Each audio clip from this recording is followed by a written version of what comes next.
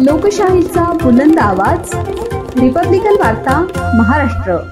मुरली तांडा परिसरामध्ये अवैध दारू विक्री आणि व्यसनाचे वाढते प्रमाण या संदर्भात गावकऱ्यांनी एकत्र येऊन ढानकी बिटरगाव पोलीस स्टेशनचे ठाणेदार पांडुरंग शिंदे साहेब यांना निवेदन सादर केले।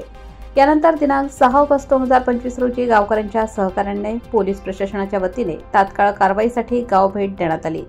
यावेळी आयोजित शिबिरामध्ये अवैध दारू विक्री करणाऱ्यांना आम्ही कायद्याने सोडणार नाही असे वक्तव्य ठाणेदारांनी केले। विशेष मार्गदर्शक म्हणून युवा नेतृत्व विद्वान भाऊ केवटे यांनी युवकांनी व्यसन सोडून वाचनालयाकडे वळून शिक्षण घेण्याचे आवाहन केले। सदर कार्यक्रमाला अध्यक्ष म्हणून रमेश नाईक, तर प्रमुख उपस्थितीमध्ये संजय राठोड, तुकाराम डीलर, उत्तम जाधव, शंकर उतळे, DS राठोड, मिलिंद चिकाटे, मनोवर पठाण, वसंत राठोड, इंदल राठोड यांच्यासह विविध मान्यवर उपस्थित होते। गावकऱ्यांनी यावेळी शेकडोच्या संख्येने उपस्थित राहून समर्थन दिले।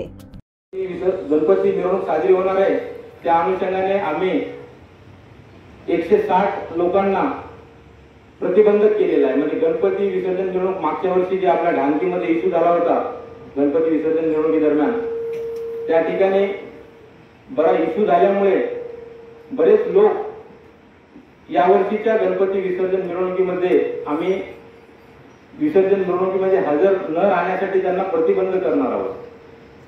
आपल्या गावाचा असा काही इतिहास नाही, शांतताप्रिय गाव आहे। गावामध्ये काय 2-4 जे दारू विक्रेते आहेत त्यांच्यावर आम्ही प्रतिबंध करूच, पण सर्व तुम्ही गावकरी मंडळी सुद्धा आमचे जेव्हा पोलीस जमदार वगैरे केसेस करण्यासाठी येतील किंवा त्यांना दारू पकडण्यासाठी येतील तर तुम्ही गावकऱ्यांनी सुद्धा सहकार्य करावे।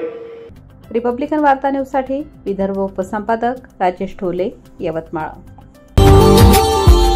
Subscribe now and press the bell icon.